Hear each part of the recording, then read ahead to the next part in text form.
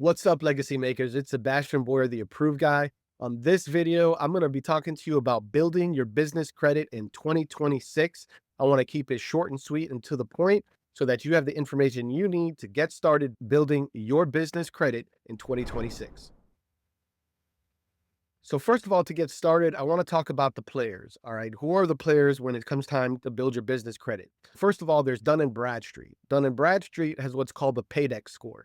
The PAYDEX score requires 3 accounts to be reported so that they can build a credit score, which is from 0 to 100. You want to have a PAYDEX score of at least 80 or higher so that you can have good business credit with Dun & Bradstreet. However, building Dun & Bradstreet, it doesn't stop there. The next credit bureau is going to be Experian. Experian has what's called the Intelliscore. The Intelliscore is a score that Experian controls for your business that does not communicate with your personal credit. So we want to focus on building your Intelliscore with Experian. Then we have your risk score, which is with Equifax. Equifax risk score is another business credit score that matters when you're trying to get approved for funding. So building your Equifax score is also very important. Now, if you're in the business of buying equipment, trucks, any type of equipment at all, you're going to need to have a PayNet score. A PayNet score is a division of Equifax for equipment business credit. So the PayNet credit risk score is another bureau that we need to work on. Now, of course, there's public records. You have LexisNexis that you want to make sure all of your information is up to date, accurate, and there's no liens against any assets. You also want to check with the Secretary of State to make sure there's no UCC filings against your business. Now, there's Credit Safe, which is more or less an emerging credit bureau for businesses in the US, but they really monitor more international business credit. Then, of course, there's the Small Business Financial Exchange that collects data from all of the business credit bureaus and reports that to FICO. And together, FICO and the SBA created the SBSS score, which is the Small Business Scoring Service by FICO and the SBA. You have to have a good business credit score, an SBSS score, if you're trying to get approved for an SBA loan up to $500,000 and you're a business owner in business for more than 2 years. You also have to have an SBSS score that is going to qualify you for lines of credit, term loans. So there are a lot of lenders now that are looking at that SBSS score to get you approved for their loan. If you're trying to get approved for 0% business credit cards, I would recommend focusing on tier 1 business credit, which is going to be Dun & Bradstreet, Experian, and Equifax, and getting just tier 1 credit, which is at least 3 to 4 vendor or trade light accounts reporting to your business credit profile so you have enough business credit to increase the approval amounts and get you approved for the maximum funding that you can qualify for. But do keep in mind, SBA loans, 0% business credit cards, term loans, and lines of credit are still personally guaranteed. So you can't forget about your personal credit. You still have to have good personal credit. And I would recommend having as strong as personal credit as possible, at least a 700, 720 in that range for an SBA. If you're trying to get 0% business credit card, I'd be looking to have my credit scores north of 780. And if it's lower than that and you have clean credit, it's probably because you have high balances, high credit card utilization. So what can you do to get your credit utilization down to under 30%? Let that update and reflect on your credit report so that you can increase your chances to get approved for the maximum 0% business credit cards. So there's a lot of different funding options, and business credit will apply and help you to get approved for more funding in all of the different funding that's available. However, it does not override or eliminate the need to have good personal credit. So make sure you're taking good care of your personal credit. Now, the number one thing you have to do before you start building your business credit is you have to establish business credibility.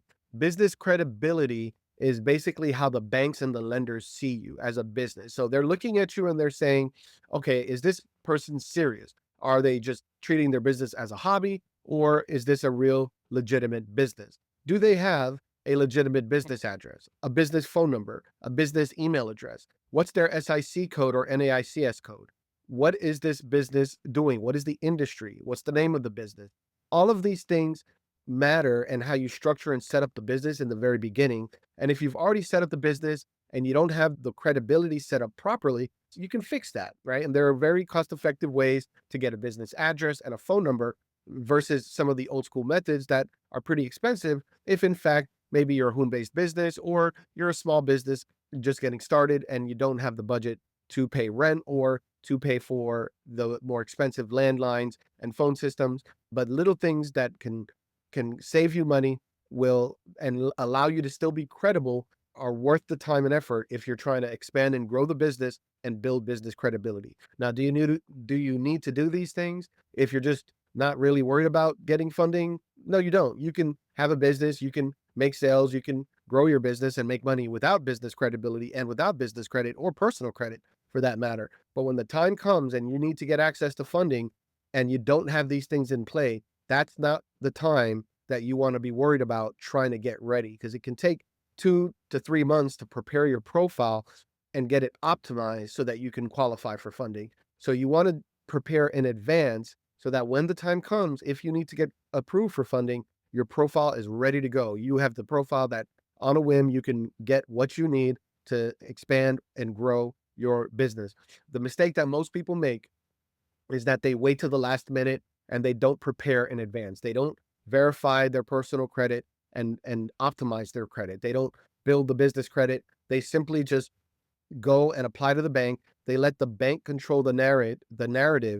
They let the bank control the narrative and tell them what their credit looks like and tell them what they need to do to qualify, or they just get declined, which is typically the case if you're not prepared. So getting prepared in advance is going to make a huge difference for you when you're trying to expand or grow or even start your business. And I always recommend a business plan. Now, that's not required for business credibility, but I strongly urge you, if you're a startup business, if you're an existing business and you don't have a business plan, set up a business plan. Take the time to create a business plan and create projections. This is like a crystal ball for your business that allows you to predict the future and allows you to make adjustments wherever adjustments are necessary. Even though it's a little extra work and time and you feel like you don't need it, it's worth it. Take the time and put together a business plan. I'm going to be putting a link in the description below to my masterclass. It's going to break down all the credibility rules. It's going to have about 4 or 5 business credit, tier 1 business credit accounts that you can set up very quickly to establish your business credit. It's going to have links to the business plan software I recommend, very affordable, very easy to use. Basically, all the tools and resources that you need to establish, start, and grow your business with business credit and credibility is going to be on this page. So take advantage of that. If you want to have a one-on-one with me for a free consultation, my role is as a consultant, coach, and a broker. So I'll give you about 15 to 20 minutes as a free consultation. We can talk about coaching if you'd like to work with me and have me assist you as a coach, as an accountability partner. Ultimately, my goal is to get you to where you can create your own boat, which is your business opportunities, assets, and taxes system. This is a system that allows you to leverage a wealth reserve account or wealth reserve contract as the engine where you store and protect your money. And then you're able to leverage that and invest it in your business and in other assets, as well as paying off debt even, but you're able to recapture that money back in your wealth reserve account in your boat. And that boat or that wealth reserve account continues to grow your money tax-free, and it's going to grow with compounding interest uninterrupted while you're using it in your business, investing it and growing your business. So this is the goal that I have for my client, is not just to help you become bankable so you can start and grow your business, but to put you in a position to where eventually you won't need to rely on the banks ever again. You can become your own bank. So with that said, thank you for subscribing. Thank you for liking and sharing and letting other people know about this information and this content. I look forward to speaking to you on a one-on-one. God bless you. Take great care.